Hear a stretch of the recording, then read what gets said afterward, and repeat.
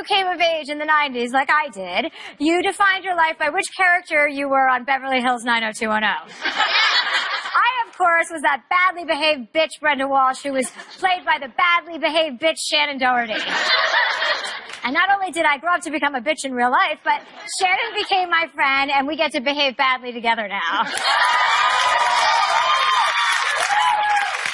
And not to brag to everybody, but I currently reside in Bel Air 90077, which is 90210 adjacent. That's right. For all you zip code junkies out there. In 2015, Shannen was diagnosed with breast cancer, and in August, she announced that the disease had spread to her lymphatic system. Since October is Breast Cancer Awareness Month, I am taking this opportunity to educate people about breast health and support the millions of brave women and men who are currently fighting the disease and those who've survived. So, here's my interview with Shannen and her oncologist, Dr. Lawrence Pirro. Okay, so it's Breast Cancer Awareness Month. Right. Are you aware of that? I am. So, you're an oncologist. Yes, we have a clinic called the Angeles Clinic and Research Institute where we treat cancer and do research, and it's part of Cedars-Sinai Medical Center. Okay, and how did you guys get together? My best friend called me and was like, look, you know, I know that you're not exactly thrilled with your sort of team, so do you want to meet this other oncologist? And how did you know that you weren't thrilled without getting into specifics about that person? Like, what wasn't happening for you? I think the fact that I'd gone so long without surgery was kind of a big red flag for me. And also I was on medicine that was making me feel terrible. Mm-hmm. And I think sometimes with cancer, what's really important is to listen to your own body and to listen to your gut. And a lot of people don't do that because they are listening to the white coat. When it comes to your own health and how your body is feeling, you have to listen to that. So I just was listening to my body, and things weren't right. And so what did you say? What did you think that needed? I said, first of all, we need to get going with surgery, and then we need to get going with chemotherapy, because surgery treats the issue in the breast itself, right? It takes away the tumor itself. But chemotherapy is what sterilizes your body of any seeds of cancer that might have escaped out that later would lead to relapse. That's called adjuvant therapy. Adjuvant? Adjuvant. Adjuvant. Right, which means she didn't have any known cancer in her body, but we knew that it was possible that there were seeds of cancer that might have escaped, and so we decided we needed to really get going on getting the breast cancer treated. There was no reason to have wasted a year and to have waited. So once he came into my life, it was very much like, get the team together. You're going to go in, you're going to get the mastectomy, you're going to recover, then you're going to get chemo. Like, here's your life. I'm laying it out in front of you. You have no choices. This is what's happening. But what I love about him is that even though he laid it all out and it was very clear, there hasn't been a day that I haven't looked at him and said, well, you know, why can't we do this instead? You know, like even in the middle of chemo, I'm like, why are we doing chemo? And he actually doesn't just shut me down. He has an answer for it, and he talks to me, and he encourages me to continue researching every alternative method that's out there. And so do you ever research something and have a really solid or valid argument and that you don't agree with? Well, I mean, I think everything that she's researched, she has a solid argument for, because she's very smart and very capable and thinks things through clearly. But most of them don't apply to her situation, and I think that's the... Because why? How do you specify her situation?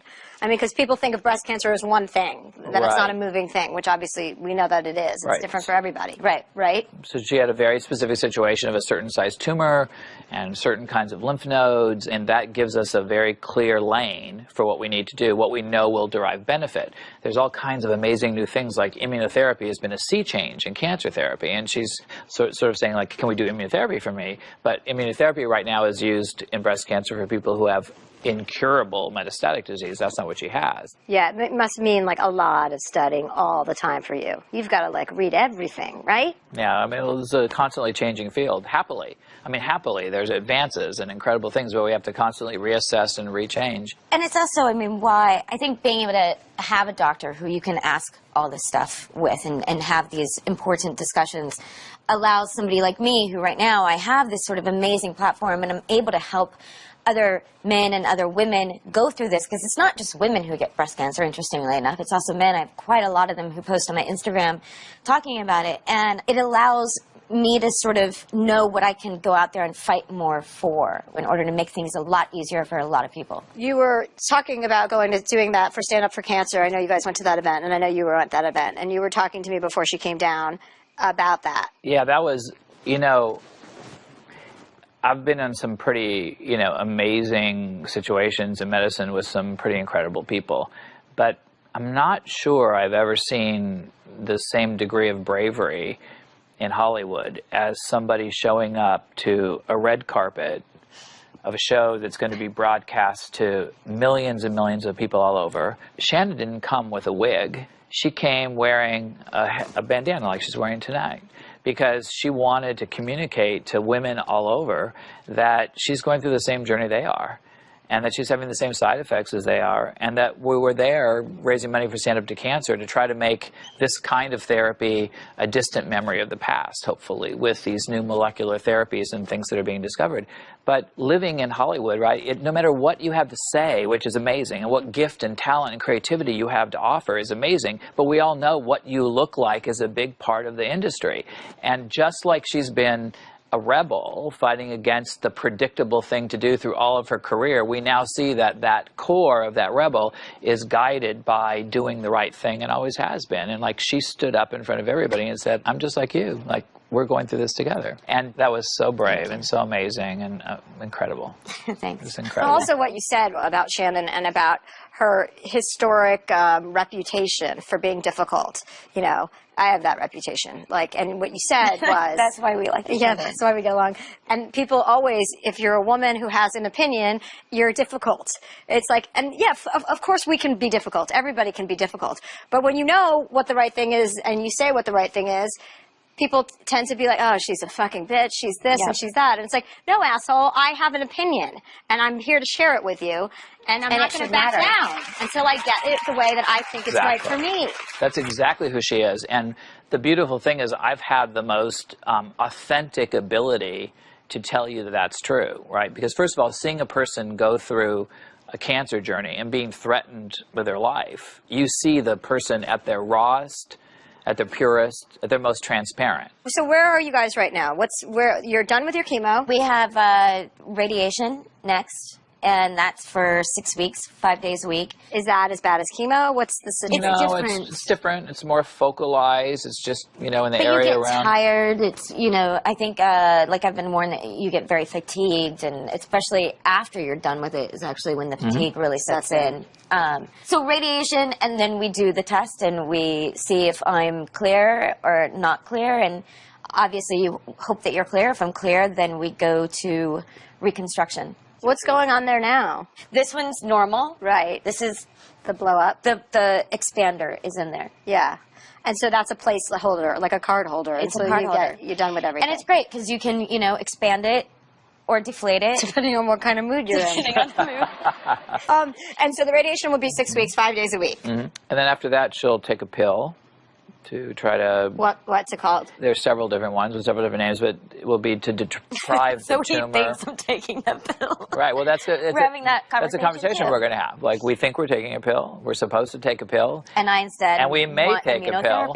immunotherapy. That's how it goes. But the purpose of that is to deprive the tumor of estrogen so that it can't grow. But the problem is, and the reason why it's going to be a journey of figuring out if we do that, is because if we don't do that, we will leave some curability of the cancer on the table by not doing it.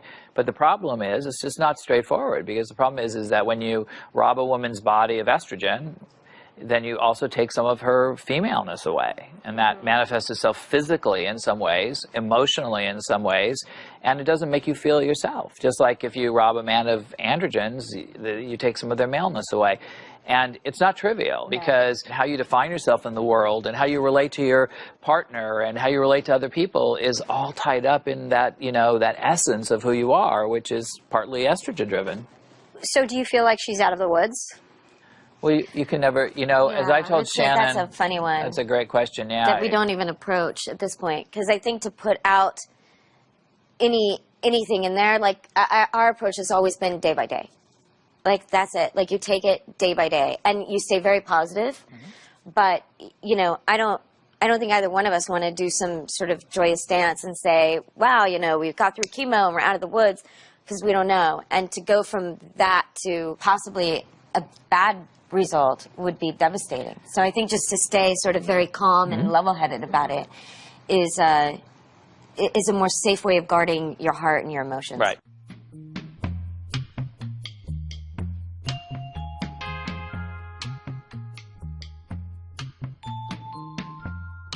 I want to talk about being insecure. You said that you felt like you isolated yourself. Yes, I thought that I had dealt with it. You know, losing your hair is hard.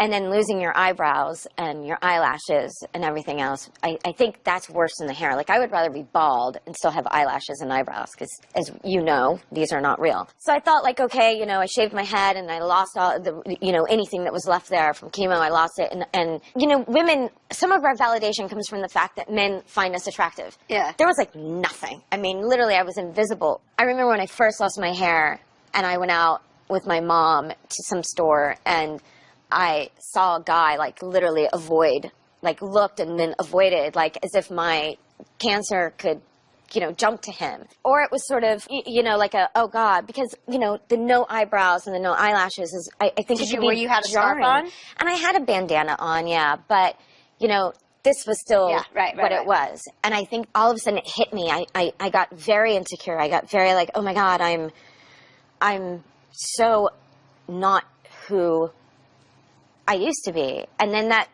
kind of put me in a weird spot where I was looking at my husband thinking, he didn't marry this.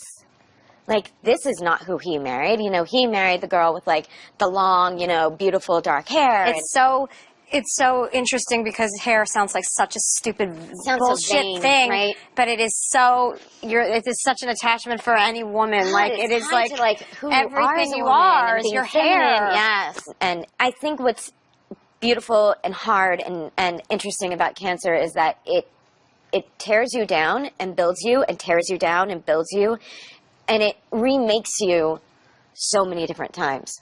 So the person that I thought I was supposed to be or was going to be or who I thought I was 6 months ago is now somebody completely different. And I realized, wow, I really thought that I was so brave and so courageous this entire time, and really I was just hiding.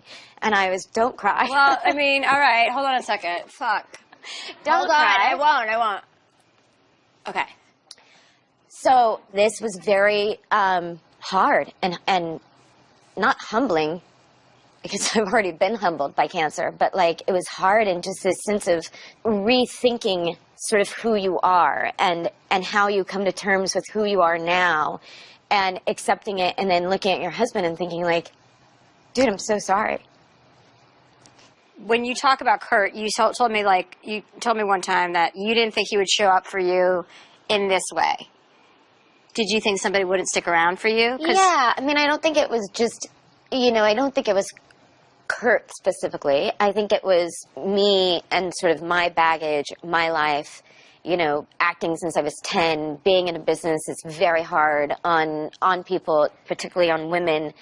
And I don't think I trusted men completely. I also didn't trust women, you know, I just didn't trust. Anybody, just trust at all. You know, it's so funny because a lot of people have looked at him and said, wow, you really stepped up. And he's like, it's like you're indicating that I wasn't there to begin with. And he gets very offended, and I totally understand where he's coming from, but I think that somebody can be doing this, right? Like, amazing. They're on this really high pedestal, but something tragic can happen, and some people bail. I have girlfriends who got cancer, and their husbands literally left them over it.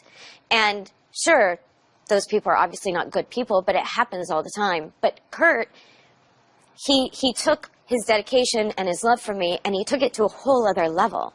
You know, he has a career, and we have to earn money, and I'm not working because of this. And he still sort of, the most important thing was, I cannot work when my wife has chemo.